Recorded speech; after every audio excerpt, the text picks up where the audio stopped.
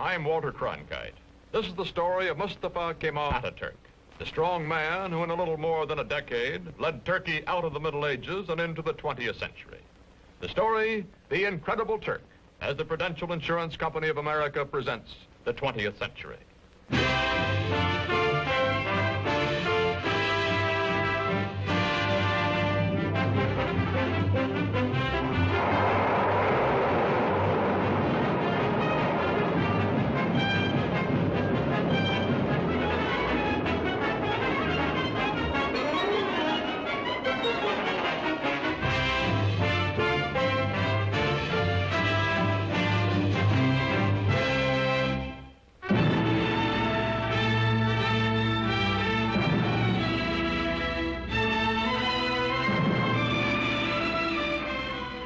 In the Middle East today, chaotic, vulnerable to Soviet expansion, Turkey, modern, powerful, and a rarity in this area, pro-Western, is prepared to defend herself against any aggressor. This is the border between Russia and Turkey, guarded day and night. The red sentry does not know he is being photographed from across this border. He feels that he is being watched. He is also suspiciously watchful.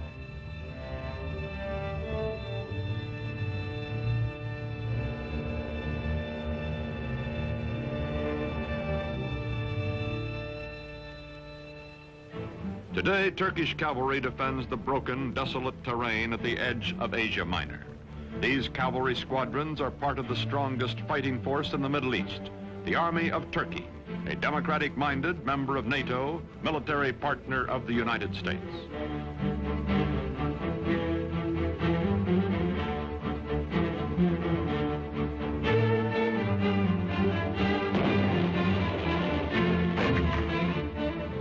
Modern Turkey, strong and stable, was created out of a dying Oriental despotism by one man, unique in history, Mustafa Kemal, called Atatürk, father of the Turks. In a moment, this story, The Incredible Turk. By 1900, the Ottoman Empire, land of many races and religions, has lost her ancient tolerances and her world position, is reduced from medieval splendor to medieval squalor. Ruled by inept autocrats, ruined by foreign wars and exploited by foreigners, the people are sunk in poverty, lost in lethargy, mostly illiterate. The Turkish Empire continues to exist only because the European nations cannot agree among themselves to dismember her.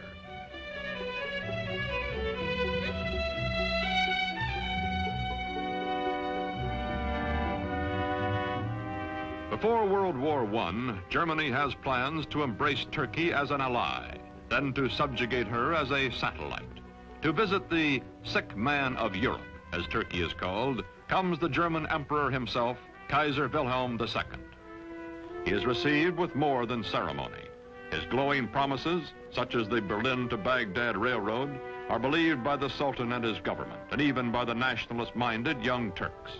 When war comes, Turkey will waver between her old friend Britain, allied with her hereditary enemy Russia, and her new friend Germany. On October 29, 1914, Turkey takes into war, on the Kaiser's side, her obsolescent army.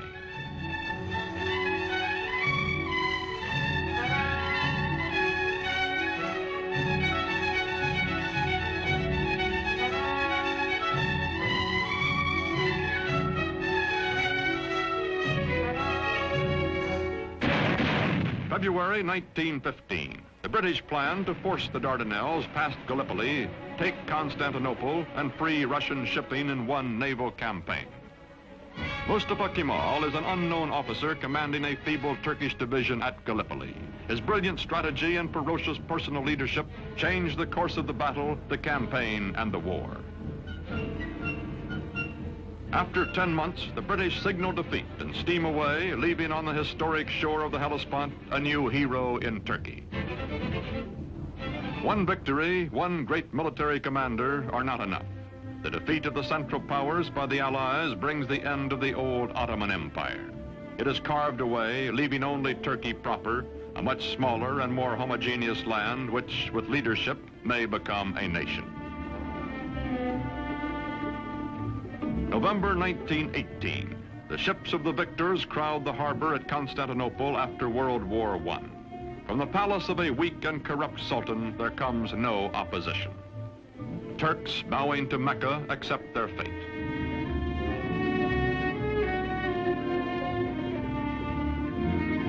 From France and from Great Britain, occupation troops disembark to take over the ancient capital.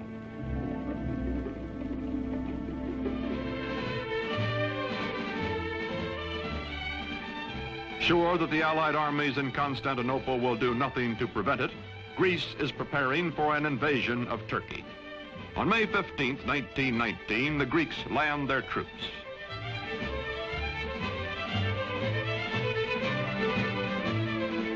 In Ankara, in the heart of Turkey, Mustafa Kemal organizes the Turkish liberation movement, takes command of the Free Turkish Army. From far off Constantinople, the Sultan repudiates him, but Mustafa grimly swears that he will gain Turkey's freedom or die. No other general equals this man, and the Turkish soldiers need only to be led to fight. They are traditionally warriors.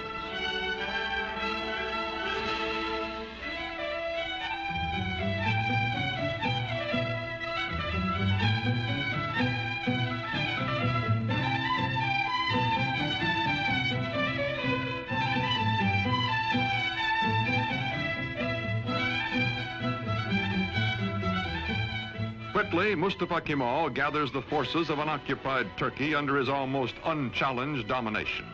His hastily recruited bodyguards stand ready to defend him with their lives.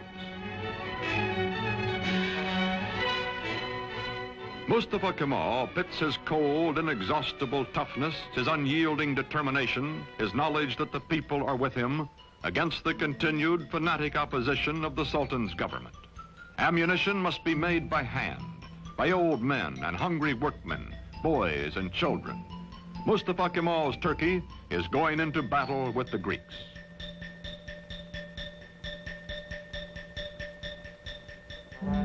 The war with the Greeks lasts 3 years, from 1919 to 1922.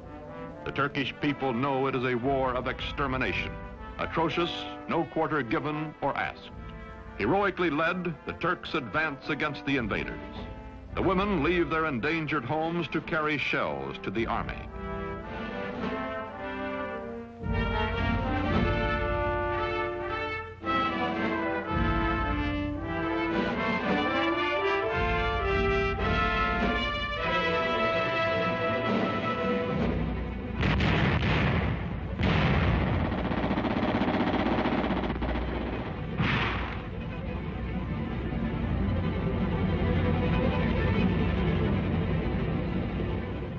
September 1922, the Greeks are driven back to the Aegean Sea. Offshore, Allied rescue ships stand by. Into the seaport of Smyrna, called Izmir by the Turks, pour thousands of Greeks, joined by sympathetic Christian minorities, fleeing before the armies of the man whom the British call the most terrible of all the terrible Turks. From the ships, bread comes to the docks for the desperate refugees. Bread so that they may live another day.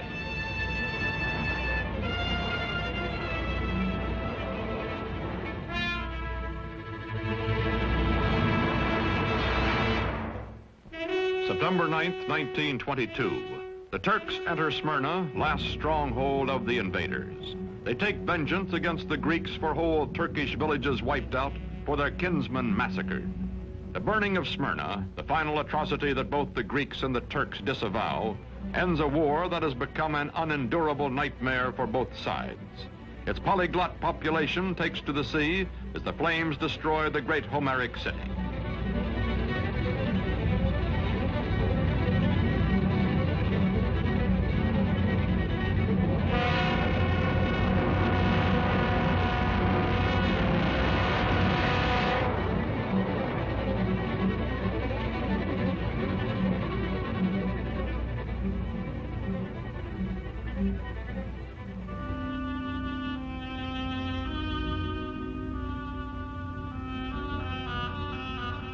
Star and crescent fly over liberated Turkey. Mustafa Kemal Pasha, married to a woman of Smyrna who personifies his ideal of Western freedom for all Turkish women, is Chief of State and Supreme Commander of the Army. With the winning of the war, he removes his uniform, never to wear it again. He is now granted dictatorial powers by the elected National Assembly. In Constantinople, to be officially renamed Istanbul, the foreign occupation troops are evacuated. In the fall of 1922, Sultan Mohammed VI, whose family has reigned for 7 centuries, fears for his life and goes into exile as crowds cheer his going. Mustafa Kemal's victorious army enters Istanbul.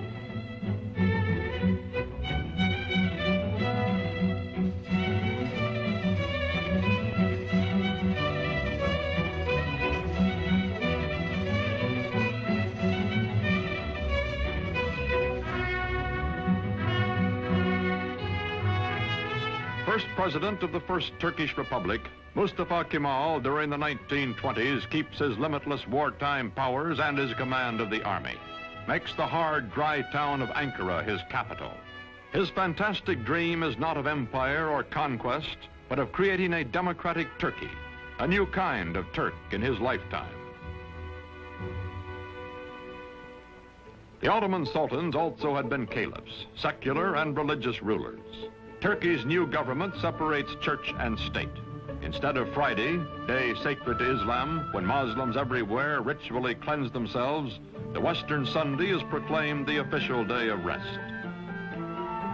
Although Mustafa Kemal insists on personal religious freedom, it is known that he personally detests the gesture of abasement prescribed for worship when Muslims touch their foreheads to the floor in their brimless headgear.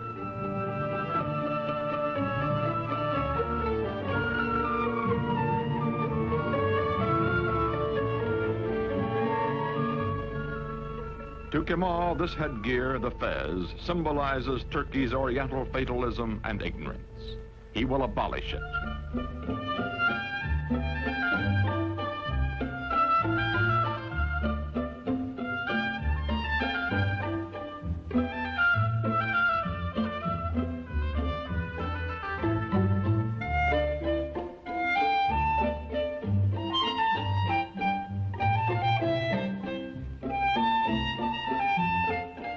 Wearing the fez becomes an act of treason.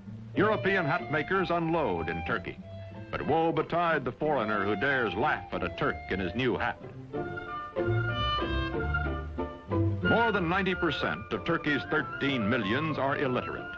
Mustafa, who earned in school his second name, Kemal, meaning excellent, himself takes charge of replacing the difficult, obsolete Arabic script. A new Latin alphabet, a revised and standardized Turkish language are prepared by experts bullied into haste by Kemal.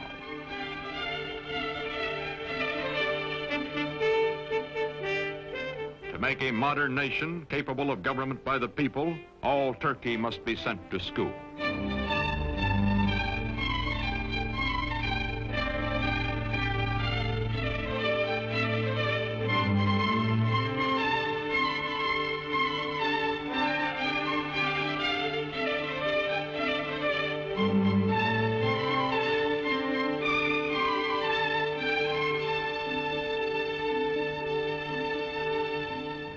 Islamic traditions are shattered.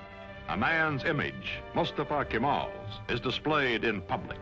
He also orders all Turks to adopt Western-style family names and is himself christened Ataturk, meaning father of the Turks. The faces of Turkish girls and women are hidden, and they live in virtual slavery until Ataturk unveils them by decree.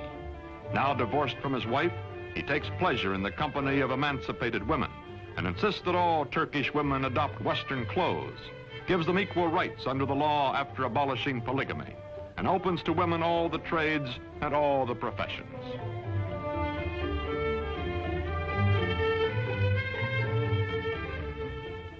Ataturk, who has eaten the black bread of poverty and lived in the front lines of war, acquires the trappings of power. His proud, fiercely disciplined bearing, which annoyed his superior officers years before, does not change now that he acknowledges no superiors. The men around him treat him as emperors and primitive chieftains and modern dictators are treated. Flatter and yes him, seek the smallest of privileges, such as lighting his cigarette.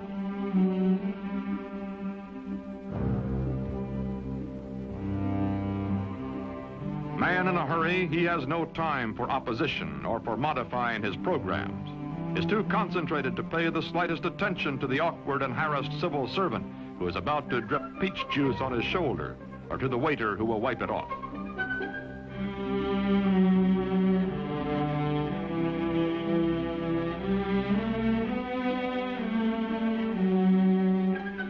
Although gossip is rife of his spare time affairs with women, of private drunken orgies by which Ataturk relieves long periods of relentless labor, this monarch in mufti never loses his public dignity, even at play. He is adored, also respected, also hated and feared and ruthless in dealing with those who oppose him. Now he goes into the countryside, to remote villages, to archaic farms, to rouse the lethargic and primitive peasants. His credo, Turk, be proud, work, be confident.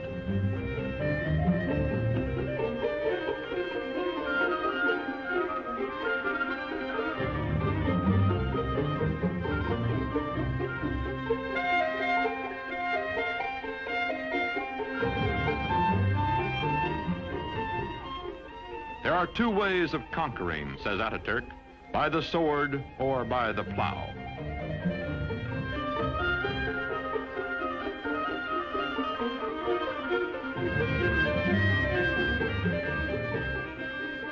To show his phlegmatic peasants what he wants, he buys land, demonstrates the advantages of tractors. Ataturk, son of a civil servant, military careerist, now all-powerful dictator, becomes a model Sunday farmer.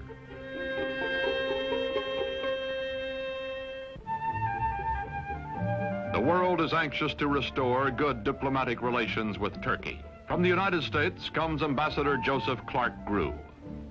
For this revolution and high accomplishment, one man is primarily responsible. The name of Gazi Mustafa Kemal will forever be associated with the development, founding of the new modern Turkish state, and will forever be inscribed indelibly upon the rolls of history. Türk milleti taben demokrattır. The Turkish nation is democratic by nature. Zaten çok yükselmiş bulunan Amerika milletinin Türk milleti. I have no doubt that the American nation, which has gone so far in this ideal, is Turkey's friend in her aims. Bütün beşeriyeti birbirini sevmeye. This will not be all. Perhaps it can lead to a world of love, with all old prejudices erased, with all nations coexisting in peace and prosperity. When the Great World Depression of the 1930s slows down economic reconstruction in the country, Turkish people by the thousands wait for Ataturk to bring him their troubles and their problems. To the man in the street, Ataturk is his personal boss and his personal friend, willing to listen, wanting to help.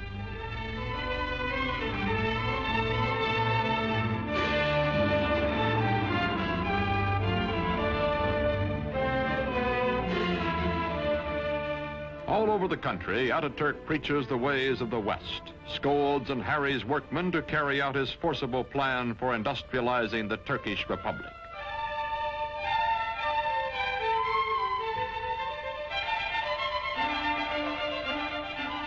Turkey begins to move into the 20th century, builds dams, mills, factories.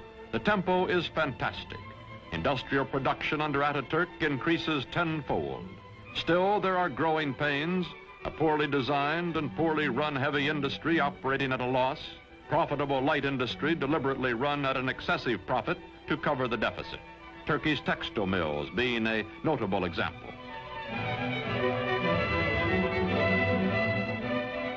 The European nations compete briskly for Turkish trade, for her surpluses, her chrome, and her tobacco, in exchange for the manufactured goods, machinery, and arms she imports. Turkey's foreign relations are excellent, but war is in the offing. Ataturk hopes Turkey can remain neutral, as indeed she will do during most of World War II. But meantime, he must mend his defenses and re-equip his neglected army, a bayonet army from an earlier era of belligerence.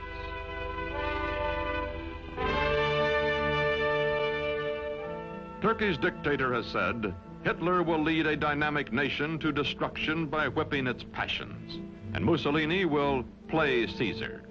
Time is proving him right. Aging now, Ataturk gives his personal fortune to the nation, lives quietly, spends time teaching the youngest of his 6 adopted daughters the alphabet he made all Turkey learn.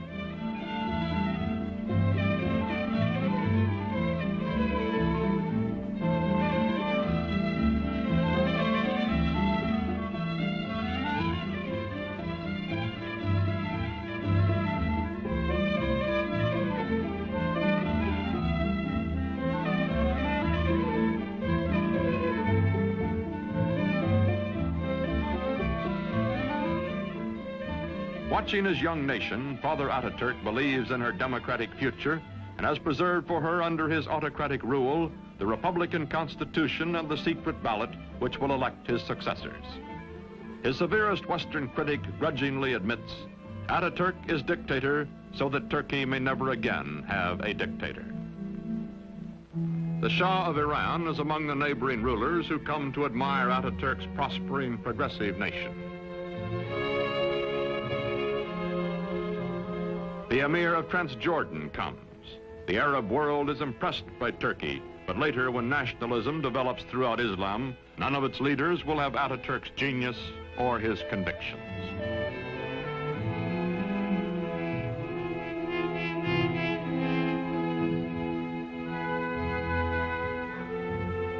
An ailing Ataturk spends much time aboard the yacht presented to him for his health by the Turkish people. Long ago, he has said, I will lead my people by the hand along the road until their feet are sure and they know the way. Then my work will be done.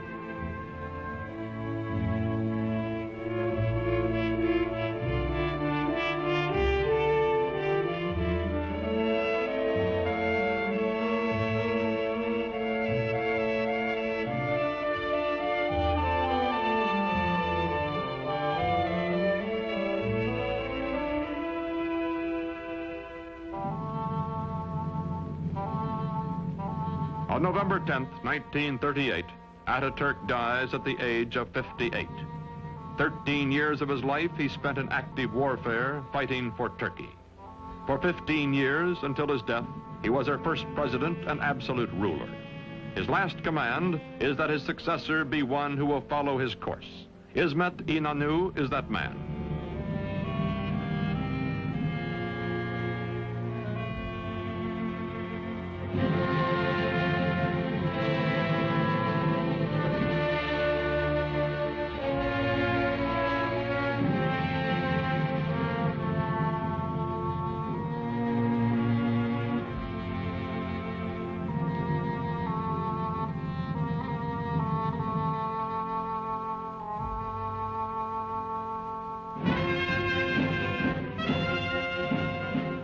Today, this mausoleum is a shrine for his people, who well and truly mourned for Ataturk.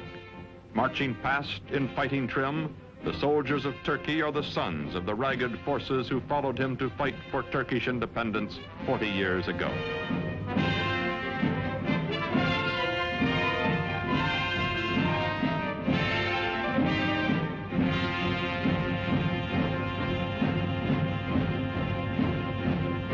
Modern Turkey is a vigorous ally of the West. She welcomes not only foreign products, but the foreign bases and men on her soil to help defend her way of life and her NATO alliance. Not all of her problems have been solved, however. Her economy is heavily bolstered by, some say virtually dependent on, Western aid. Her democracy is still far from perfect, and historians still argue about Ataturk, the man who in less than 2 decades made Turkey over. His methods, his tyrannies, his personal habits. Yet none denies the staggering achievements of the incredible Turk.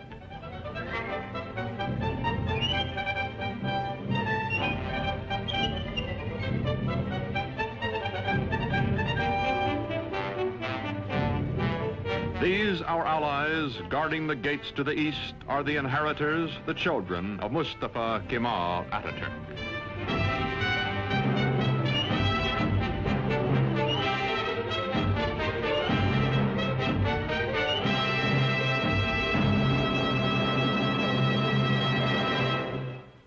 The story of next week's episode in a moment.